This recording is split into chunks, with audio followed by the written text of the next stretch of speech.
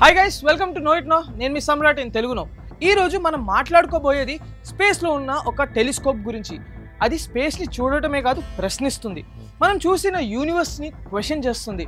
అవునండి, December 25, 2021న Christmas రోజున NASA and ESA మరియు సిఎస్ఏ కలిసి లాంచ్ చేసిన వరల్డ్స్ మోస్ట్ పవర్ఫుల్ టెలిస్కోప్ అది JWST, జేమ్స్ వెబ్ టెలిస్కోప్. ఇది మీరు వినే ఉంటారు. దీని గురించి కొంచెం ఇంట్రెస్టింగ్ పాయింట్స్, కొంచెం డౌట్ఫుల్ పాయింట్స్ ఇప్పుడు మనం మాట్లాడేసుకుందాం.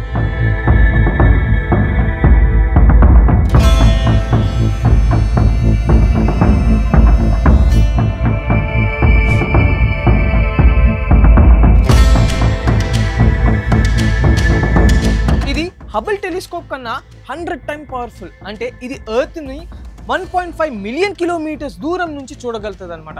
ఒక లార్జ్ రేంజ్ పాయింట్ నుంచి, అంటే LP2 అనే లొకేషన్ నుంచి ఇది సైలెంట్గా యూనివర్స్ని అబ్జర్వ్ చేస్తూ ఉంటుంది. అబ్జర్వ్ చేయడమే కాదు, యూనివర్స్ అంటే ఏంటి, యూనివర్స్ బియాండ్ ఏముంది, అసలు యూనివర్స్ ఎలా స్టార్ట్ అయింది, బిగ్ బ్యాంగ్ థియరీ గురించి అండ్ బ్లాక్ హోల్స్ గురించి అండ్ ఏలియన్స్ గురించి ప్రతి ఒక్క డేటాబేస్ని మనకు అందిస్తూ ఉంటుంది.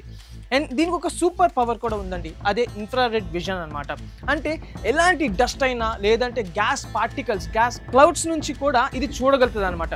అది చూడటం అంటే మనము టైం ట్రావెల్ చేసినట్టే.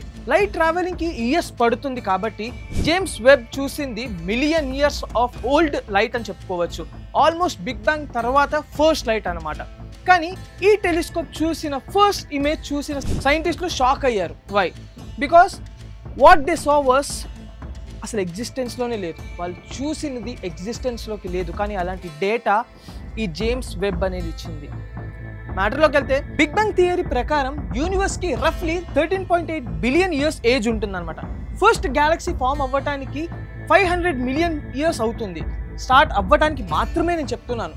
కానీ జేమ్స్ వెబ్ చూసింది గ్యాలక్సీస్ని వేరే రీతిలో ఉంది, వేరే డౌట్స్ రేస్ చేసే ఫామ్లో ఉంది.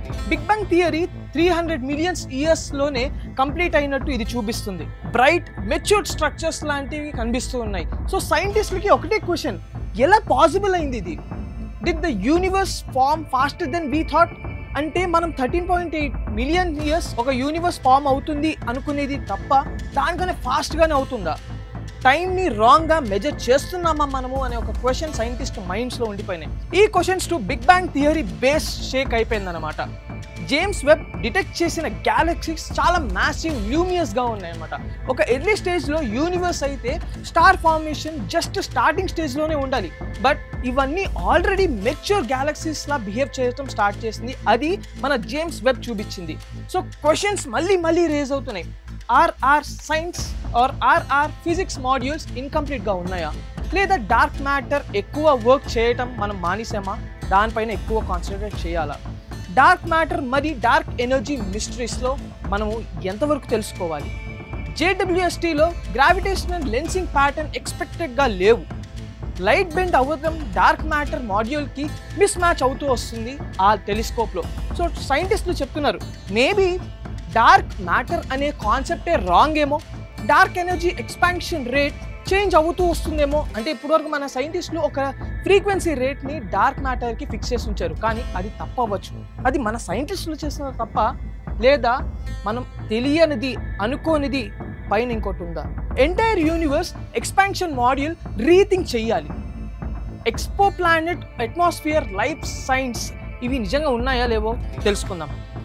JWST ఎక్సో ప్లానెట్స్ని స్టడీ చేసింది. కొన్ని ప్లానెట్స్ అట్మాస్ఫియర్లో methane, water vapours, CO2, carbon dioxide లాంటివి కనిపిస్తూ వచ్చినాయి.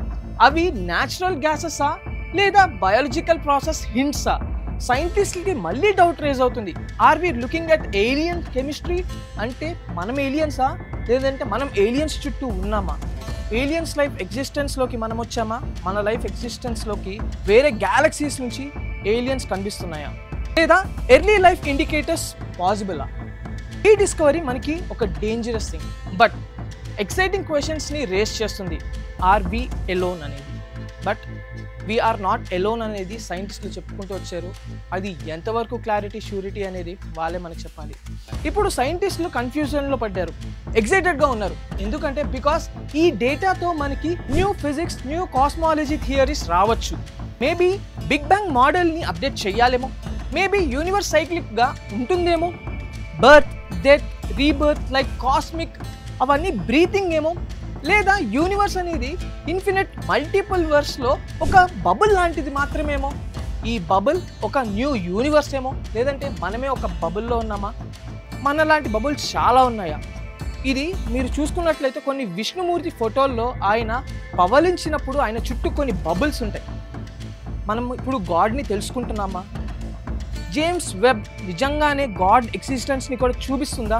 ఇలాంటి ఎన్నో బబుల్స్లో మన బబుల్ని చూపిస్తుంది అంటే అది ఎన్ని లైట్ ఇయర్స్ ట్రావెల్ చేసి మనకు చూపిస్తుంది. జేమ్స్ వెబ్ని చూస్తే కొన్ని ప్లానెట్స్లో లైట్ బిహేవియర్ ఐన్స్టీన్ రిలేటివిటీకి మ్యాచ్ అవ్వట్లేదు.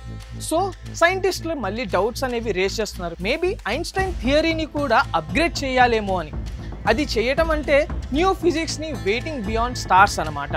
So friends, James Webb telescope మనకి ఆన్సర్స్ని ఇవ్వటమే కాదు, ఒక క్వశ్చన్ బ్యాంక్ని ఇచ్చిందని చెప్పుకోవాలి, which doesn't have answers till now. కానీ సైన్స్ అంటే అదే కదా, ఎవ్రీ టైమ్ వి ఫైండ్ క్లారిటీగా universe whispers wait, there is more beyond the line and final line. James వెబ్ని స్పేస్లో పెట్టింది మనం, నిజానికి అది చూపిస్తుంది ఏంటంటే మనతో పాటు ఉన్న వేరే లైఫ్ని. క్వశ్చన్స్ ఏంటి అంటే, are we aliens for older planets or aliens మధ్యలో మనం ఉంటున్నామా? ఇలాంటి ఎన్నో క్వశ్చన్స్ సైంటిస్టులకి ఉన్నాయి, ఈరోజు మనకు కూడా ఉంది. ఇంకా మరిన్ని అప్డేట్స్తో మీ ముందుకు వచ్చేస్తాను, మరిన్ని ఇంట్రెస్టింగ్ పాయింట్స్తో మీ ముందుకు వచ్చేస్తాను. Until then stay tune.